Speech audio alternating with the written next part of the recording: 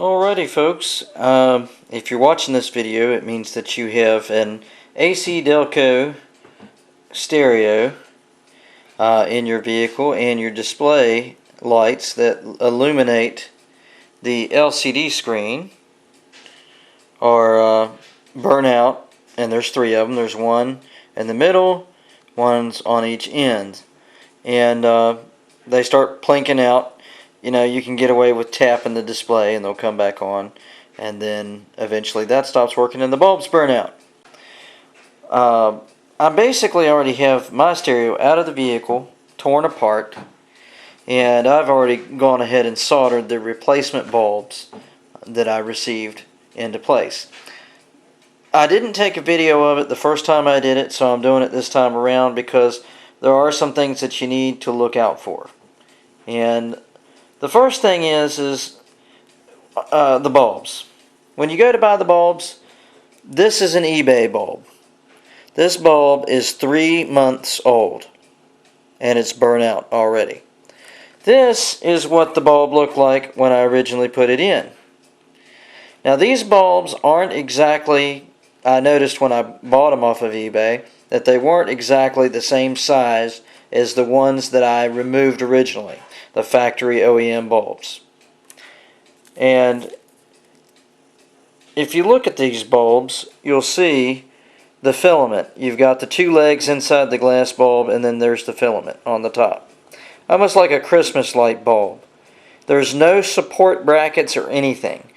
You're going to notice that the factory bulbs have two support hangers inside of the bulb, the glass bulb casing, that help support this filament so that it doesn't, the vibrations of you driving around don't cause the filament to prematurely fail. These are eBay bulbs. They suck. Don't buy them. They're like, you'll see them, LCD display bulbs, $4.99, $7.99. Some of them are free shipping, some of them are not. They're junk.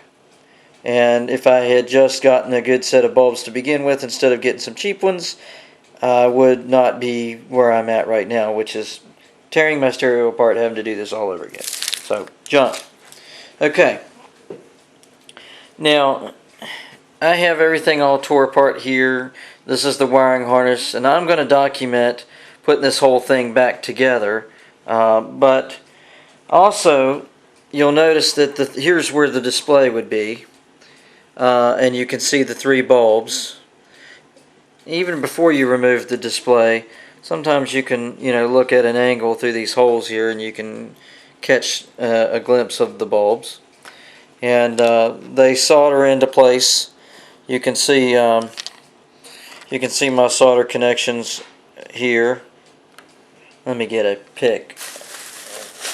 Shade this a little bit better. Actually, I'll just point it out here with my soldering stick. You can see the solder points here, here, here, here, here, and here. Those hold the bulbs into place. The bulbs are, like I said, on the underside of the LCD screen. And notice that they've got these white rubber jackets over them. Now, I don't know that you necessarily have to replace those.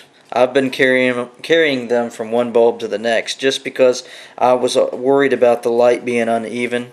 The bulbs are the brightest during the daytime when the headlights are off, and that's when they get the full amount of power so that you can see the display in the daytime. Your dimmer, restricts the voltage going to them when you turn your headlights on. But the filament, I was worried I might be able to see that filament through the LCD display. So I've been carrying these jackets over. That's actually probably one of the most difficult things to put on because the bulbs are fat and these things are made out of rubber. They're dried out from heating up and cooling down from the previous bulb that it came off of. So they want to rip and tear easily, and that's just where I have to kind of practice most of my patience. The soldering aspect of it isn't all that bad. So I've already got the bulbs in place, and we're ready for the display to go on. But I felt like that if people were wanting to try to do this, it's not hard on like a number 1 to 10 scale. It's probably if you're not accustomed to soldering, probably about a 5 or a 6. It's not really all that bad. But there are some things you have to look out for. But the display is easy to get off. There's the back of the display. And there's just this magnetic strip, that black bar that you see on the top. That's what feeds the display the information from the board. And it makes contact with the board with this long copper connection here at the bottom. And there's tangs on this metal bracket. They push through slots in the board, and then you just take a pair of pliers and you twist the ends to lock it into place. So I'm not going to go over a tutorial on how to solder. There are other videos on YouTube that basically explain it. I just have a really inexpensive soldering iron. It's a 30 watt, just a little Radio Shack job. It works just perfect for this. You don't need a big old fancy soldering iron. You can usually pick them up for less than $10. And so basically all I'm going to do at this point is I'm going to put the display back down on top of the board, push it through, and bend those tabs back over, and then the display is on there. So in case you were a little concerned about how that display comes off, you're not going to pull any wires or do anything of that nature, because it's just a connection through this little rubber pad. So I'm going to go ahead and take care of that, and then I'll get back with you guys and we'll take it from there. I have the screen now secured to the board, and on the back here you can actually see those little metal tabs that I've turned to lock the screen into position. So there's just several of them, and that's all there is to that. Now, as you can guess, there's only a limit of how many times these things are going to bend before they break. So this is the third time I've had this display off of this one. A second time, actually. Hopefully the last time. And there are other bulbs that can burn out also. There's one here, and there's several down here at the bottom. The rest of these that you see that are multicolored, these are all LEDs. You don't have to worry about the colored ones. They'll last longer than your car. One other thing that I wanted to bring to your attention, when you buy replacement bulbs, at least for the display part, they advertise them on eBay as 12 volt bulbs. Well, they're actually not. That's the reason why the original bulbs last so long and the eBay ones burn out. It's actually 12.8 volts. Any automotive technician will tell you that once you start your car, you're not at 12 volts anymore. You're usually in the 13.5 range. And if that's whatever the voltage is of your car, whatever your alternator is putting out, is what this radio is supplying to the bulbs behind this screen when your headlights are off. That's as bright as they're going to be, the most voltage they're going to get. And the eBay bulbs, the ones that are 12 volts, 50, 60 milliamp bulbs, they are not going to be able to handle that for long. So that's one little secret with these stereos, is you would be better to go ahead and get basically a 13 volt bulb. I'm putting the OEM bulbs in this radio, and they are not cheap. The eBay ones for $4 to $7, if you want to have to do this every 3 months, by all means, buy the $7 bulbs off of eBay. In case you're wondering where to get the bulbs, you can get it from this place right here, Corvette Radios and TV Repair. There's their phone number and everything. They'll sell them to you. They're the 3 Pontiac display bulbs. There's their website and all that. I'll put that on there. These 3 bulbs, $23. 3 bulbs. So anyway, now we got the display on. There's 3 bulbs behind there. Be careful when you're pushing it on there. Don't apply direct pressure to the LCD screen. You will break it and crack it. There's no protection at this point. Like I said, locking tabs remove it. And then the 3 bulbs are underneath there. Buy good bulbs, not the eBay bulbs. Now I'm going to start putting this back together. Let me get rid of this box here. Here's the front of the radio. Now this is the style that I'm working on. Mine's the Monsoon and everything. It's a little bit better of the radios, but if you have one, whether it's the MP3 or the Monsoon or not, if your face looks like this, all this applies. Notice I'm holding it upside down. When you remove the circuit board from this, all these buttons will fall out and they can go in the wrong places. So I just keep the display face down and try not to bump it or knock it over, or you'll be picking up all the little buttons and trying to sort them out by using pictures on the internet. So I'm going to go ahead and lower my circuit board into place onto the front of this. And there are screws that secure it, so this is no big task here. You just take the circuit board and put it down on there and put your screws in. So I'm going to go ahead and take care of that, and we'll come right back. Okay, so we've got the circuit board now and screwed into position, and there are 5 screws. One's here, the other's here, the other's there. Of course, there's one in between these harnesses. Now these wires do not pull off the board. They are pressed into place, soldered connections. They only can be removed from the other end. So this one's a little harder to get to. And then of course there's another one here. So there you go. 1, 2, 3, 4, 5. Now these screws, I don't know what size they are. I've got a whole arsenal of tools and I don't have anything that fits it. So I use little pliers and I just get down on there and I just turn them loose. So now we have all that together,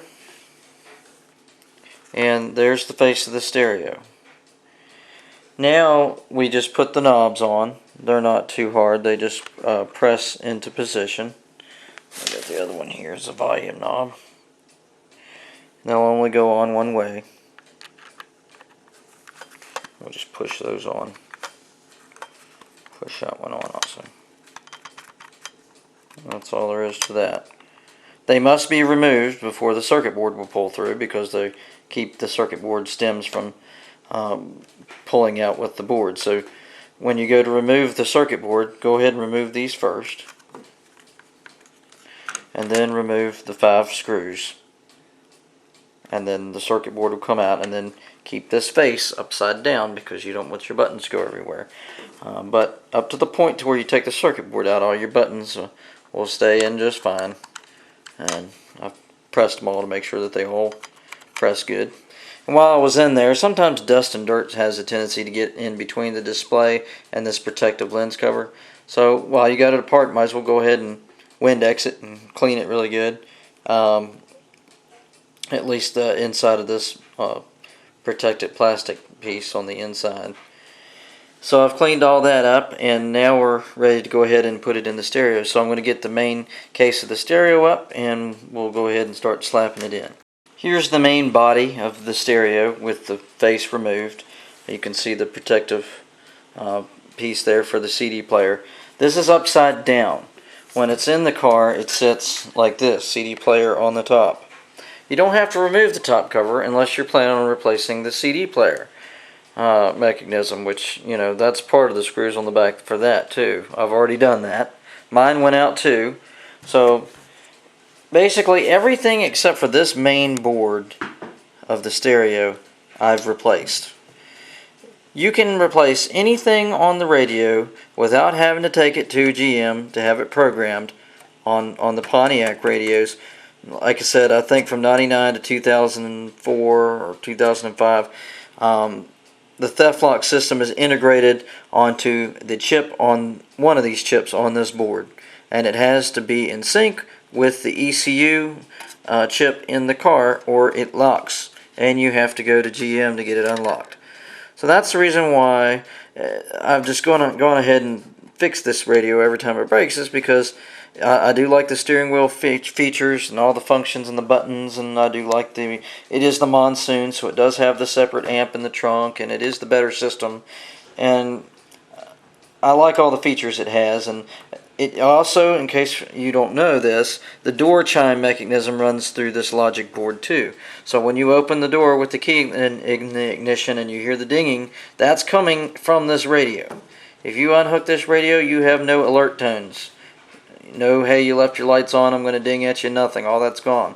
You can add all that, but all that adds up. It's like you go to a car stereo place, oh yeah, we've got a head deck for your car that's $100 and it'll work great, and yeah, okay, but will my steering wheel buttons work? No, that's an extra whatever. Well, my door chime? No, but we can add a box that's extra, it does this. Well, I've got an amp, well, we got a kit that'll work with the amps. And then by the time you're done, it's like $500 or $600, not including the installation. So I've decided to go ahead and fix mine. So anyway, this is technically upside down, and now here we have the face, and it's got the two wiring harnesses here. One here up the top, one at the bottom, and they each go through these slits, and then they plug into the board here and here. So I'm going to go ahead and start to put the front face on, and we'll come back. Okay, as you can see, I've just got the face just setting on there, and I've got the wires channeled to the proper places. These are just tabs. Just snaps right down on top of there, all the way around. 2 on the sides, 2 on the top, 2 on the bottom, and that will hold the face onto the radio. Okay. These guys right here, there's usually no confusion as to where they go, because most likely the wires are going to want to return to the spot that they came out of. So most of the time it's clear here what goes where, and most likely will be on your stereo also. These just, I use my fingernail, push them right down onto the board.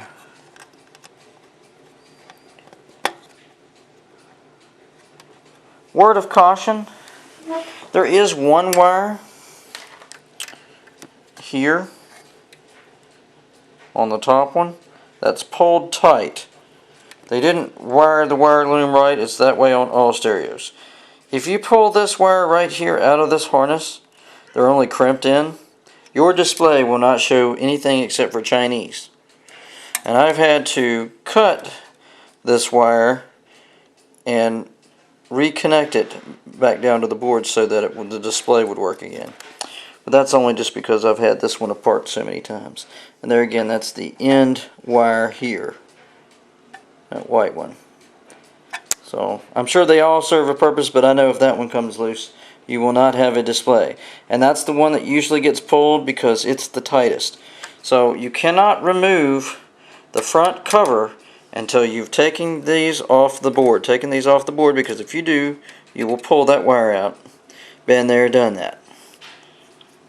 There's nothing much left at this point other than putting this cover back in. And you can see the front of it has these little feet. They go in the slots, and it just folds down, presses into place, and you are done. So now you get to put it in your car and find out if it's going to light up or not for you. And that's where I'm at now, so we're going to try it. Okay, and we're back, and I'm not exactly sure why the camera is projecting this as being a white light. At least it looks that way on my camera lens, but the display is now working. Let me put the CD in here real quick. Just want to.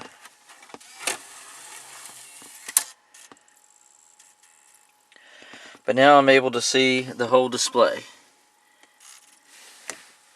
and it works.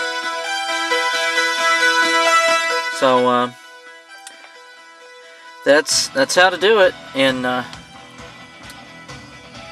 course, that's dimming now for the headlights.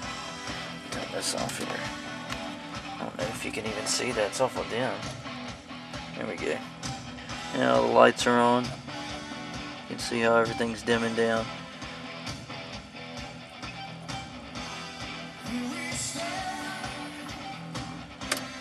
But it works now, and that's how you do it. So probably for the life of the car, I won't have to do this anymore. It's got 148,000 miles on it, and this is, we'll subtract about 3 months worth of driving off of that for the other bulbs as to when the originals went out. So these are just like the originals. Hopefully it ought to run again for another 150,000 miles before they burn out. So that's how you do it. Talk to you later.